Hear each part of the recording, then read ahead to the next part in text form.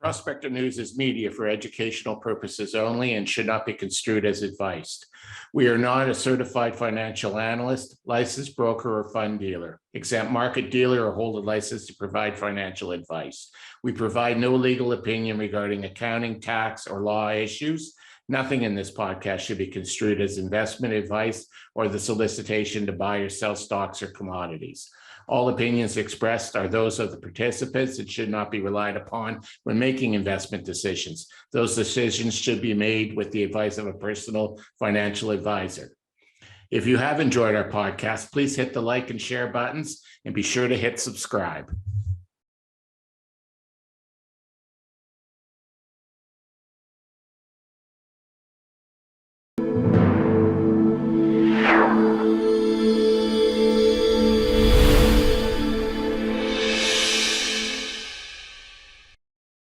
I'm Michael Fox, and this is the Prospector News. Joining me today is the CEO and president of Martin Labs, Ellis Martin. Hi, Ellis. How are you doing? Hey, Michael. It's nice to be with you today. Thanks for having me on the program.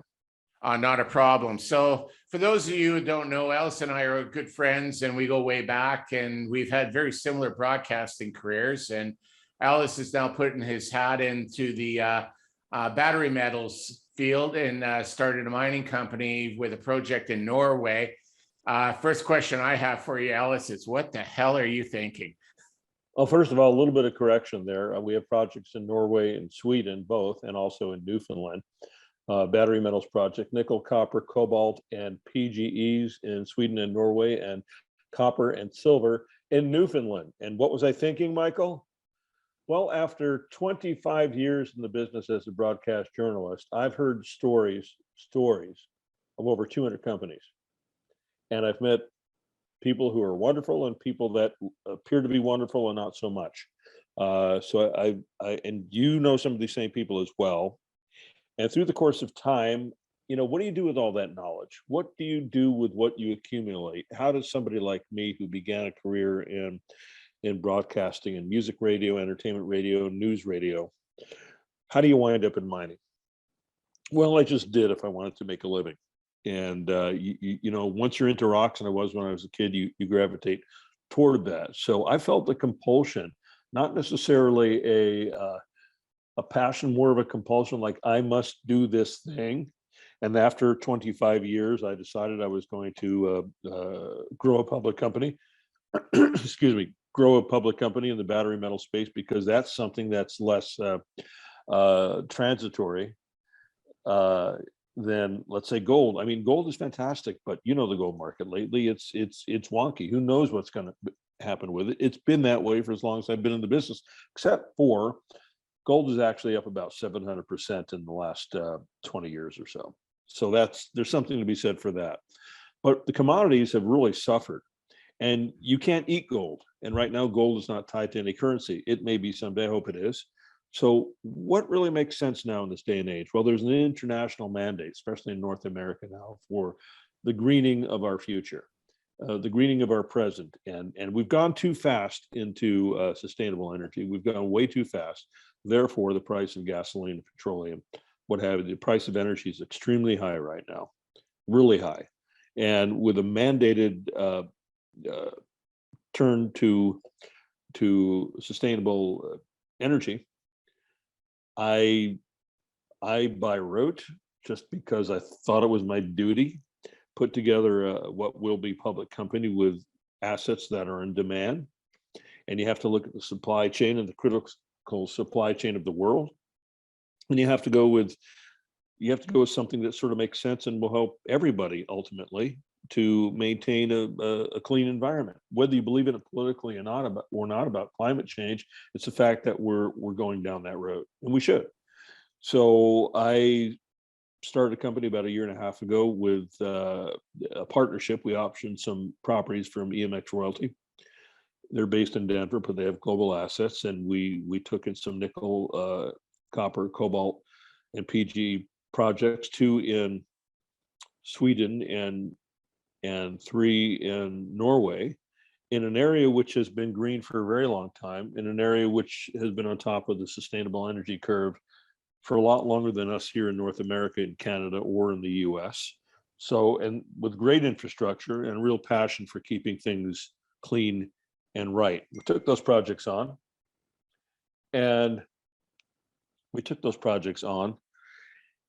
and then I added a copper project in Newfoundland because it was there and it appeared to be sedimentary copper. We don't have all the data in yet. Why am I, somebody with a background in journalism and broadcasting, why do I feel like I can run a public company? Well, I'm not doing it alone, first of all. And as I said earlier in my rant, in my current monologue, I believe that I know what to do and what not to do. It's not perfect, but after covering this game like you have for so many years, I think I know what to avoid, and I think I know what to do, and I've got a really good team with me, and we're going to make some big moves. We will connect with end users at some point there in Europe and in North America, and we'll be part of that answer over time to that supply chain issue, Michael. Oh, that's actually a pretty good answer to my question. And you're right.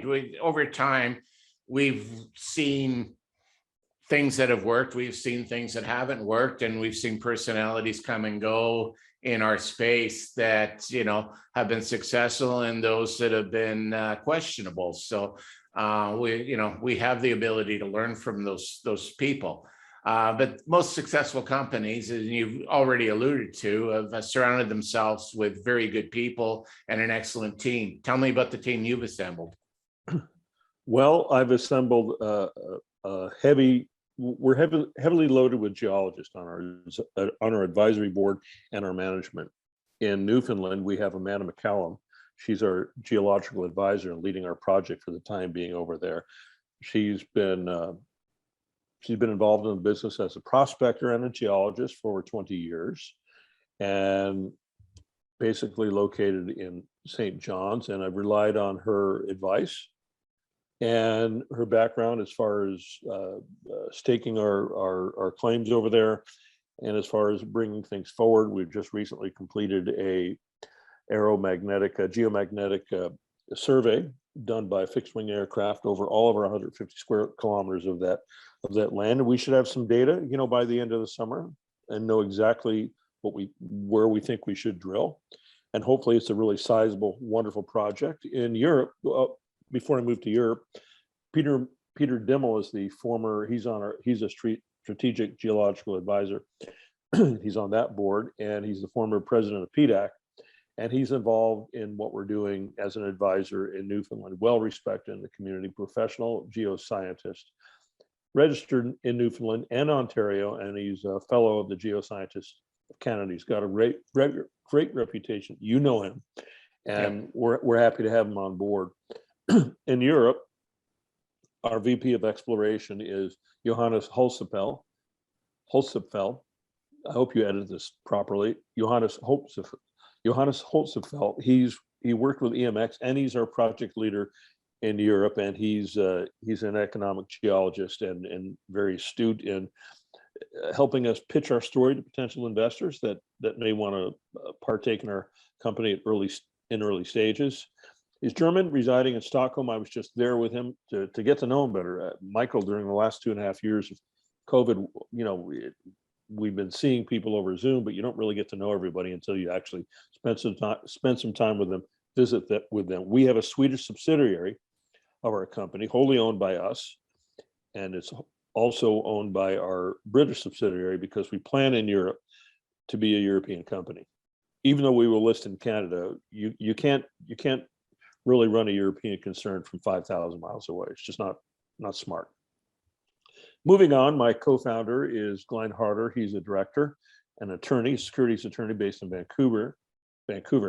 He's a corporate lawyer, and he's a proactive deal maker, and he's been advising me as we've gone along as far as what to do and what not to do, and he's helped put the contracts together for our deals that we have. Liddell Page is our American VP of Business Development, also a securities lawyer. He'll be involved in any dual listing we do here in the US. He's also an advisor to me. And he has helped raise $10 billion of domestic international investments over the life of his career.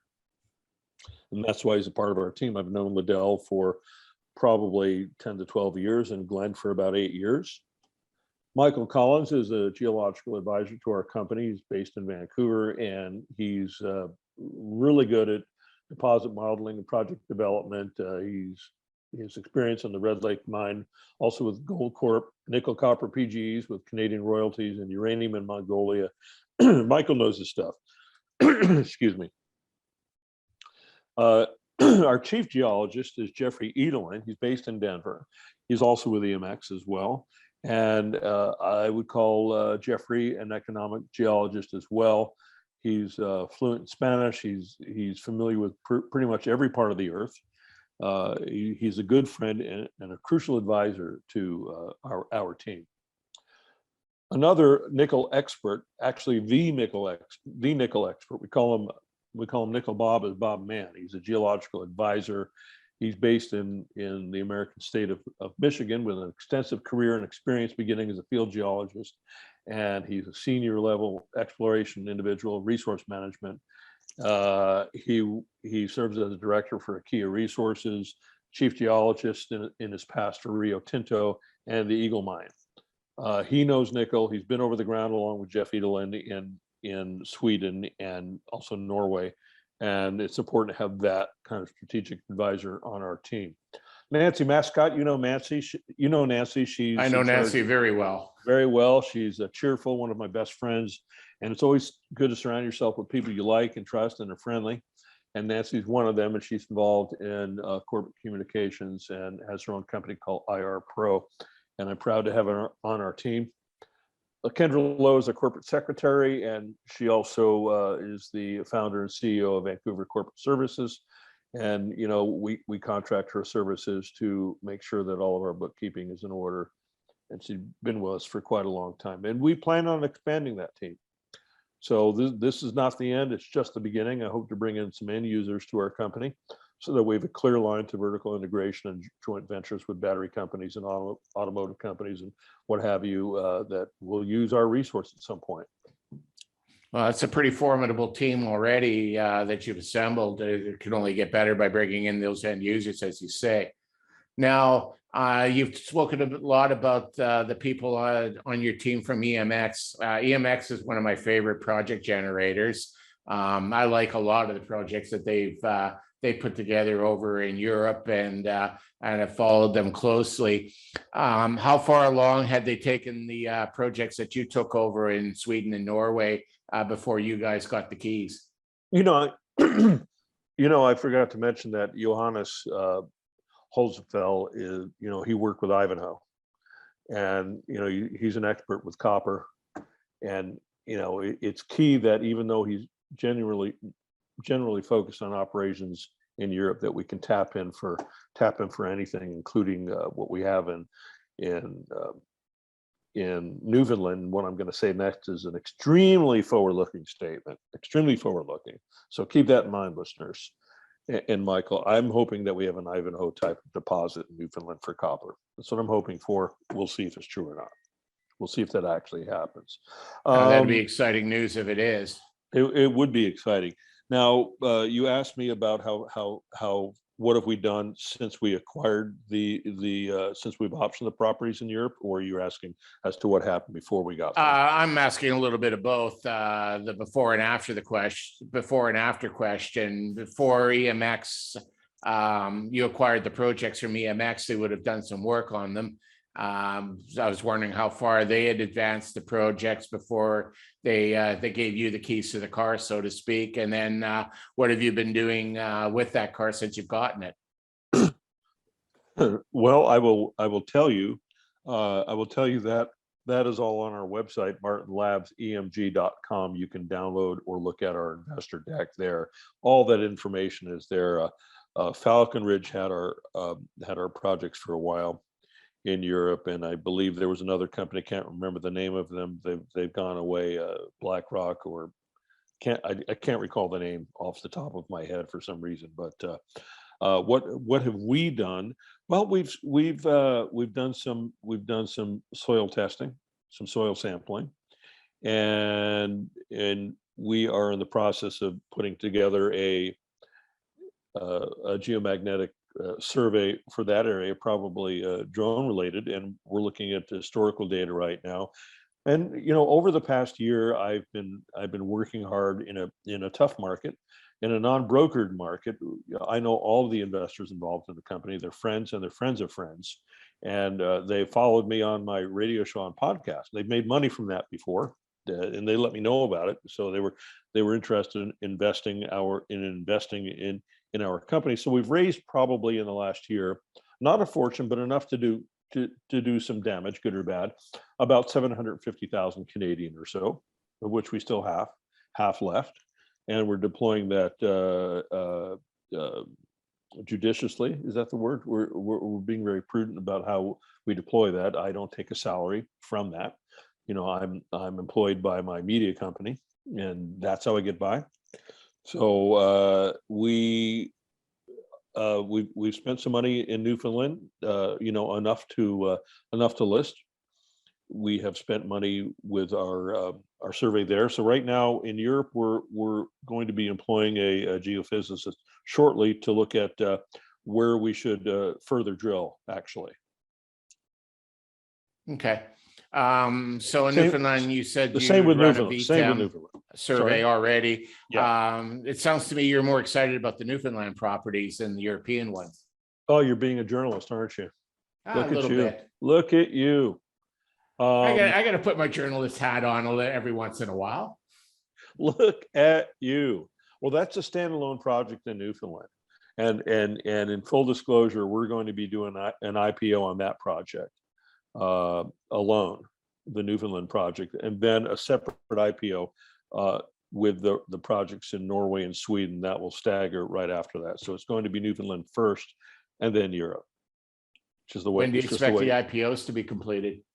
I'm going to say they'll be staggered throughout the fall, September, October, but don't hold me to it. We're doing the very best that we can. We have avoided some moves which I think would have diluted our potential float forever, and keep us in a space which would be a penny stock space. Like 90% of these companies, I don't want to be there.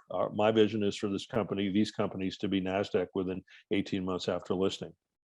And we'll do that by aligning ourselves in the end user space. We won't be known as just a mining and exploration company. We're companies. Wonderful. So is there anything else that we haven't covered that we should cover in this discussion? You tell me, Michael. Oh, I think we've covered it all: the team, the properties, why we're doing it, where we're doing it. If people want to get more information, they should go to your website, which is martinlabsemg.com. The EMG stands for Energy Metals Group. That's MARTINLABSEMG.com. Wonderful. I look forward to watching all this roll out, and good luck with the IPOs. You're my buddy, Michael, right? And people love you. So just know that. Absolutely. You too, Ellis. Right back at you. All right. Thank you, man. I appreciate your time today on the program.